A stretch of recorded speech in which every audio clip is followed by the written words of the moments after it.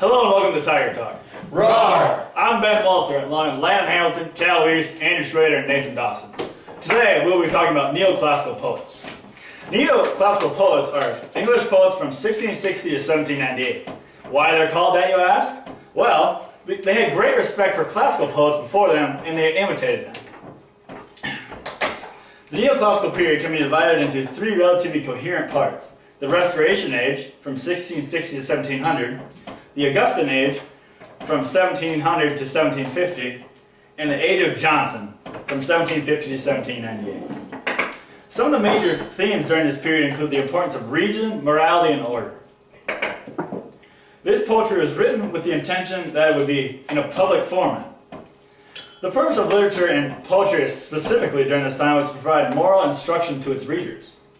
The dominant type of writing during this time period, however, was satire.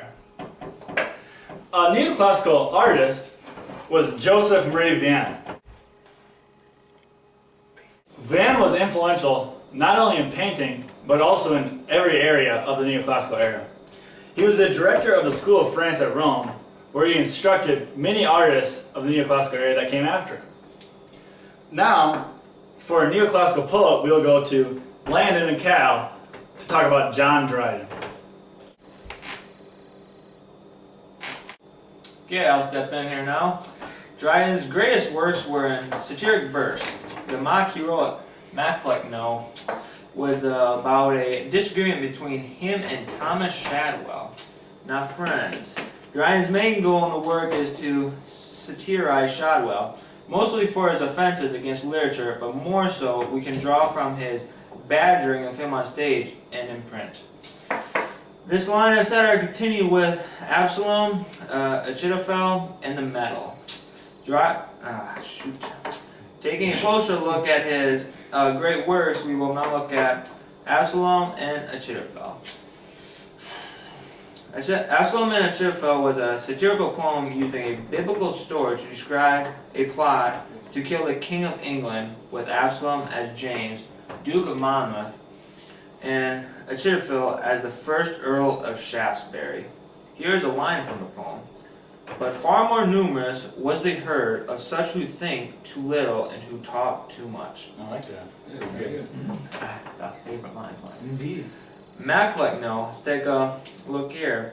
Written about 1678, but not published until 1682. Macflecknoe is the outcome of a series of disagreements between Thomas Shadwell and Dryden.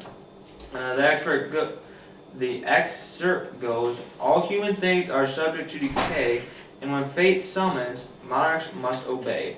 Bringing you back to Landon Hamilton. It turns out John was also a very successful playwright as well. His most famous play is All for Love. It's a tragedy written in blank verse in an attempt to bring back serious drama. It's his most well-known play. Here's a good excerpt from it. Happy the man, and happy he alone, he who can call today his own. He who secure within can say, tomorrow do thy worst, for I have lived today. That's really nice. That's pretty nice. That's by far the best one. That's pretty deep, I tell you that. Thank you, Landon and Cal, for that information about John Dryden. We'll now go to Nathan and Andrew for information about Alexander Pope, another neoclassical poet.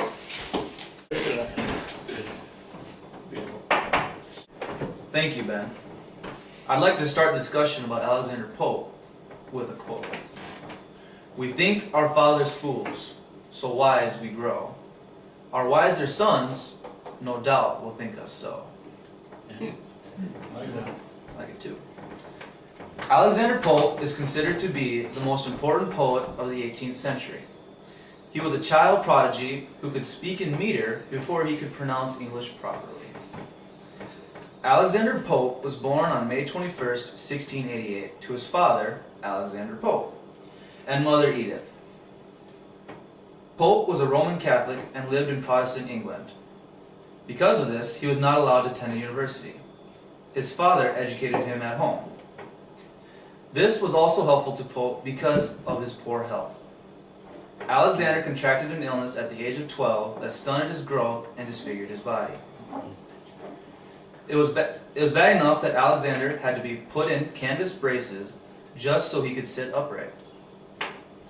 Pope described his life as a long disease, from all the pain felt in his head, joints, and bones. This disease is thought to be Pott's disease, a form of tuberculosis. He mostly educated himself by reading the work of classical writers such as satirists Horace and Juvenal, the epic poets Homer and Virgil, as well as English authors such as Geoffrey Chaucer, William Shakespeare, and John Dryden. He also studied many languages and read works by English, French, Italian, Latin, and Greek poets. During his lifetime, Pope had a reputation for being a cruel and ill-natured, but his friends, including some of the best writers of the day, found him to be brilliant in conversation. Pope's health was failing, and he died in his villa, surrounded by friends, on May 30th, 1744. He was buried next to the church in Twickenham. In this picture, Diana holds the dying Pope, and John Milton, Edmund Spenser, and Geoffrey Chaucer prepare to welcome him to heaven. They are authors who influenced him greatly in his work. Pope had many highlights, and we managed to find 3 of them that we'd like to share. They were an essay on criticism, the rape of the lock, and his translation of the Iliad and the Odyssey by Homer from Greek to English. The first essay, an essay on criticism, was first published anonymously on May 15, 1711. Pope began writing the poem early in his career, and it took about 3 years to finish it. Final selection of an essay on criticism discusses the moral qualities and virtues inherent in the ideal critic, who, Pope claims, is also the ideal man. The second selection was his most famous poem, The Rape of the Lock. It was first published in 1712, with a revised version published in 1714. A mock epic, it satirizes a high society quarrel between Arabella Fermor and Lord Petre, who had snipped a lock of hair from her head without her permission. From the Iliad, Pope secured a revolutionary deal with the publisher Bernard Lintot, which brought him 200 guineas, a vast sum at the time. Encouraged by the success of Iliad, Pope translated the Odyssey. The translation appeared in about 1726, but this time, confronted with the difficulty of the task, he enlisted the help of William Broome and Elijah Fenton. The money made from his translations allowed Pope to move to a villa at Twickenham in 1719, where he created his now famous grotto and gardens. Here are 2 excerpts from 2 of Alexander's best works. The first one is an essay on criticism. Words are like leaves, and where they most abound, much fruit of sense beneath is rarely found. False eloquence, like the prismatic glass, its gaudy colors spread on every place. The face of nature was no more survey, all glares alike without distinction gay. But truth expression, like the unchanging sun, clears and improves whatever it shines upon.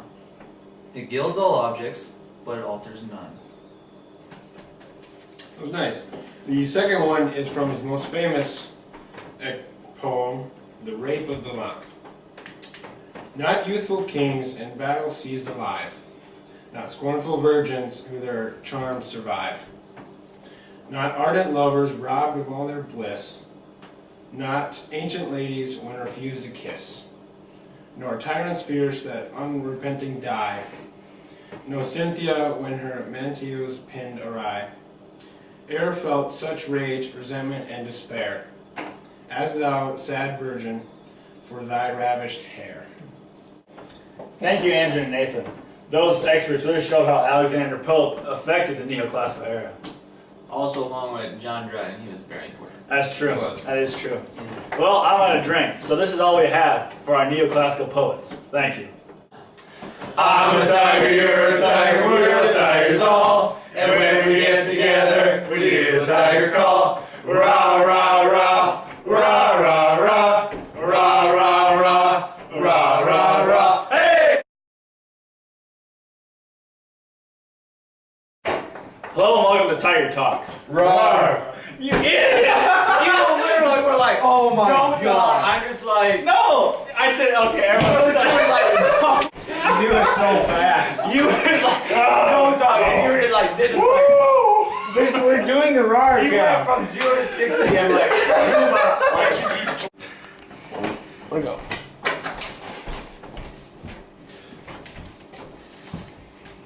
Hello and welcome to Tire Talk. Roar. how did you get it? A lot to. Oh. What? Thank you, Ben. Dryden was born in the village of Aldwinkle, England, where his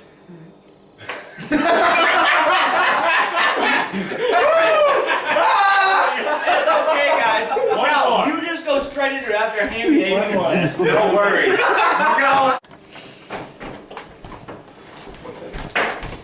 Okay.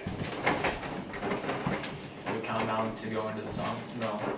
3, 2, 1. I'm a tiger, you're a tiger, we're the tigers all. Right hand who doesn't know how to do the hand gestures. Tiger call. It's recording. Rah, rah, rah. It's recording. Rah, rah, rah, rah, rah, rah, rah, rah, rah.